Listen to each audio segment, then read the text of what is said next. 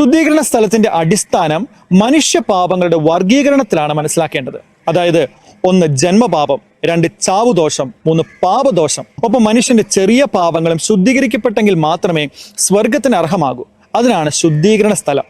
ദൈവത്തിന്റെ കരുണയുടെ തിരുത്താനുള്ള, ശുദ്ധീകരിക്കപ്പെടാനുള്ള ഒരു സാധ്യതയാണ് ഈ ശുദ്ധീകരണ സ്ഥലം. പൂർണ്ണ വിശുദ്ധിയോടുള്ള മരണം അത് സ്വർഗ്ഗം ലഭിക്കുന്നു. മാരക പാപത്തോടെയുള്ള മരണം അത് നരകത്തിലേക്ക് നയിക്കുന്നു. എന്നാൽ ലഘുപാപത്തോടെ മരിക്കുന്നവന് നിത്യനരകം വിധിക്കുന്നത് ദൈവത്തിന്റെ കാരുണ്യത്തിനും നീതിക്കും യോജിച്ചതല്ല. ദൈവം അവരെ ശുദ്ധീകരിച്ച് സ്വർഗത്തിലേക്ക് കൊണ്ടുപോകുന്നു. അങ്ങനെ അവരെ ശുദ്ധീകരിക്കുവാൻ ഒരു അവസ്ഥയുണ്ടെന്ന് സഭ പഠിപ്പിക്കുന്നുണ്ട്. ശുദ്ധീകരണാത്മാക്കളുടെ ശുദ്ധീകരണം എളുപ്പമാക്കുന്നതിനും സ്വർഗഭാഗ്യം എത്രയും വേഗമാക്കുന്നതിനുമായിട്ടാണ് നമ്മൾ പ്രാർത്ഥിക്കേണ്ടത്. അതാണ് ശുദ്ധീകരണ സ്ഥലത്തിലെ ആത്മാക്കൾക്ക് വേണ്ടിയുള്ള പ്രാർത്ഥന. തിരുവചനത്തിൽ നമ്മൾ വായിക്കുന്നുണ്ട്, ബലിയർപ്പണവും ദാനധർമ്മവുമാണ് പാപത്തിന് പരിഹാരം. മരിച്ചവർക്കായിട്ടുള്ള പ്രാർത്ഥന ബൈബിൾ അധിഷ്ഠിതമാണോ എന്നൊക്കെ ചോദിക്കുന്നവരെ കണ്ടിട്ടുണ്ട്. 1, ഈശോ കബറിടത്തിൽ പോയി പ്രാർത്ഥിച്ചു. 2, ഈശോയുടെ മരണശേഷം ഈശോയുടെ കബറിടത്തിൽ സ്ത്രീകൾ പോയി പ്രാർത്ഥിക്കുന്നത് നമ്മൾ വചനത്തിൽ വായിക്കുന്നുണ്ട്. അച്ഛൻ്റെ വാദങ്ങൾ കേട്ടപ്പോഴാണ് വാസ്തവത്തിൽ ശുദ്ധീകരണ സ്ഥലത്തിൻ്റെ അടിസ്ഥാനം ഇത്രയും ദുർബലമാണല്ലോ എന്നുള്ള ഒരു ബോധ്യം ഉണ്ടായത്. അദ്ദേഹത്തിൻ്റെ വാദങ്ങൾ ബൈബിളിലെ 4 കാര്യങ്ങളുടെ അടിസ്ഥാനത്തിലാണ്. പക്ഷേ ആ ഭാഗങ്ങൾ ശ്രദ്ധിച്ച് പഠിക്കുമ്പോഴാണ് കത്തോലിക്കാ സഭയുടെ ശുദ്ധീകരണ സ്ഥല വാദങ്ങൾ എത്രയോ ദുർബലമാണെന്നും അത് മണലിൽ പണിത വീടിനോട് തുല്യമാണെന്നും നമുക്ക് ബോധ്യമാകുന്നത്. മത്തായിയുടെ സുവിശേഷം 12-ാം അധ്യായം 32-ാം വാക്യത്തിൽ പറയുന്നത് എന്താണ്? ആരെങ്കിലും മനുഷ്യപുത്രന് നേരെ ഒരു വാക്ക് പറഞ്ഞാൽ അത് അവനോട് ക്ഷമിക്കും. പരിശുദ്ധാത്മാവിന് നേരെ പറഞ്ഞാലോ ഈ ലോകത്തിലും വരുവാനുള്ളതിലും അവനോട് ക്ഷമിക്കുകയില്ല. അപ്പോൾ പാപം 2 പേർക്കെതിരെയാണെന്ന് വ്യക്തം.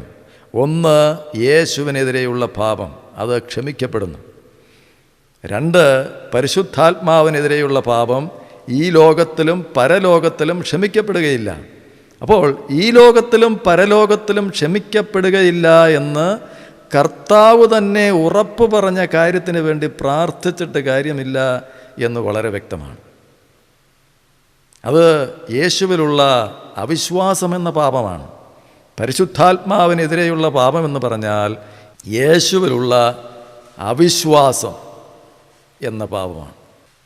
പിന്നെയുള്ളത് യേശുവിനെതിരെയുള്ള പാപം. അത് യേശുവിലുള്ള വിശ്വാസത്താൽ ഈ ലോകത്തിൽ വെച്ച് തന്നെ പരിഹരിക്കേണ്ടതാണ്. യേശുവിൽ വിശ്വസിക്കേണ്ടതും പാപക്ഷമ പ്രാപിക്കേണ്ടതും മരിക്കുന്നതിന് മുമ്പാണ് എന്ന് വ്യക്തമാണ്. അതിനെപ്പറ്റി തന്നെയാണ് ബൈബിൾ മുഴുവനും പഠിപ്പിച്ചുകൊണ്ടിരിക്കുന്നത്. എബ്രായ ലേഖനം 9-ാം അധ്യായത്തിൽ നാം വായിക്കുന്ന ഒരു കാര്യമുണ്ട്. ഒരിക്കൽ മരണവും പിന്നെ ന്യായവിധിയും മനുഷ്യന് നിശ്ചയിച്ചിരിക്കുന്നു എന്നുള്ളതാണ് സത്യം. ഒരിക്കൽ മരണം, പിന്നെ ന്യായവിധി.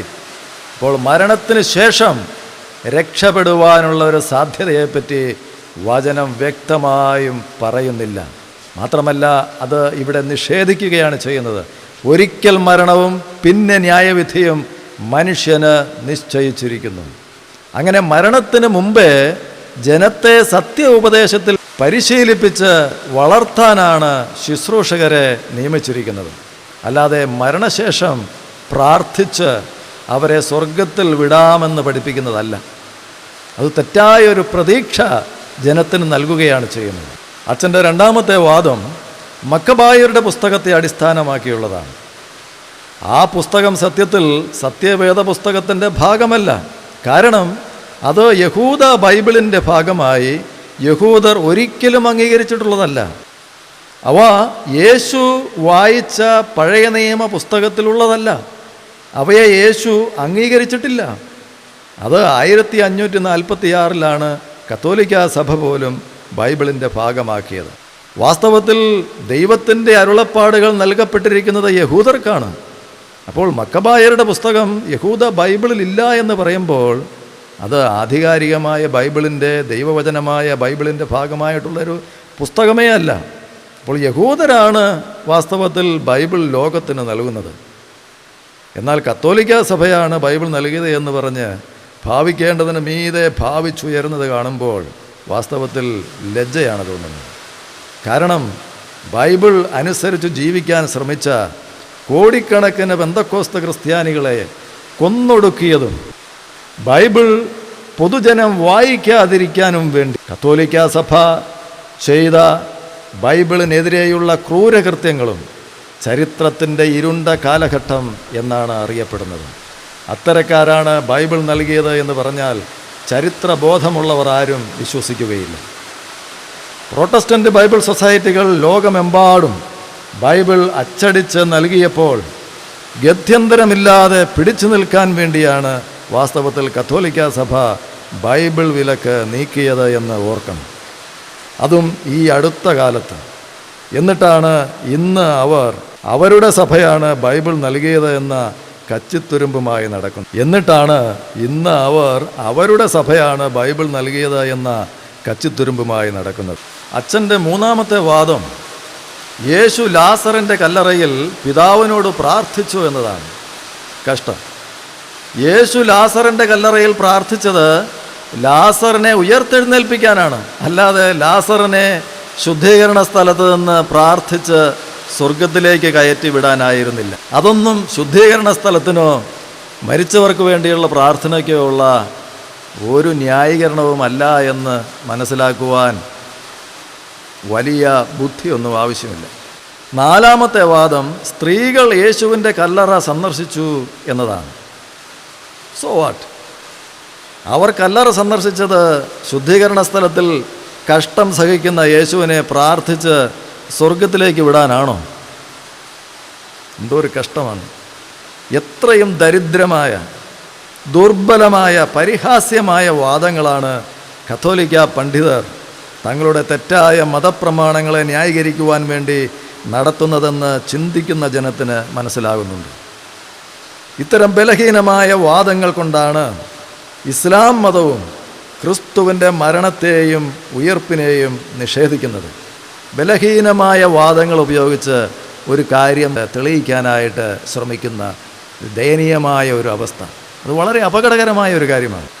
അത്തരം ദുർബലവും ബൈബിൾ വിരുദ്ധവുമായ വാദങ്ങൾ കൊണ്ട് തന്നെ കത്തോലിക്കാ മതവും ക്രിസ്തുവിൻ്റെ മരണത്തിലൂടെ മനുഷ്യർക്ക് ലഭിക്കുന്ന നന്മകളെ മറച്ചു പിടിക്കുവാനും ദൈവകൃപ ഇല്ലാതാക്കുവാനും ശ്രമിക്കുകയാണ് ചെയ്യുന്നത്. അങ്ങനെ വാസ്തവത്തിൽ ഇസ്ലാം മതവും കത്തോലിക്കാ മതവും ക്രിസ്തുവിനെ വിശ്വാസികൾക്ക് അന്യനാക്കുകയാണ്, ലഭ്യമല്ലാതാക്കുകയാണ് ചെയ്യുന്നത്.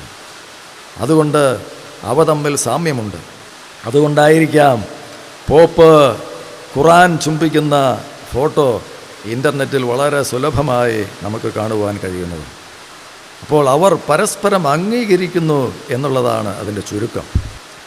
ഏതായാലും ശുദ്ധീകരണ സ്ഥലത്തിന് ന്യായീകരണം കണ്ടെത്തുവാൻ അവർ ഒത്തിരി പ്രയാസപ്പെടുന്നുണ്ട്. അനാവശ്യമായി പാപത്തെ പലതരത്തിൽ വർഗീകരിക്കുന്നു. ജന്മപാപം, ചാവുദോഷം, മാരകപാപം, പാപദോഷം, ലഘുപാപം, കഠിനപാപം, കുർബാനയാൽ ക്ഷമിക്കുന്നതും കുർബാനയാൽ ക്ഷമിക്കപ്പെടാത്തതും, കുംഭസാരത്താൽ ക്ഷമിക്കുന്നതും കുംഭസാരത്താൽ ക്ഷമിക്കപ്പെടാത്തതും, പിന്നെ പലതരം ദണ്ഡവിമോചനങ്ങൾ, ഇങ്ങനെ അനേക തരത്തിലുള്ള പാപങ്ങളെപ്പറ്റി ഇവർ പഠിപ്പിക്കുകയാണ്. ഇതൊക്കെ ചെയ്താലും ചിലർ സ്വർഗത്തിൽ പോകും.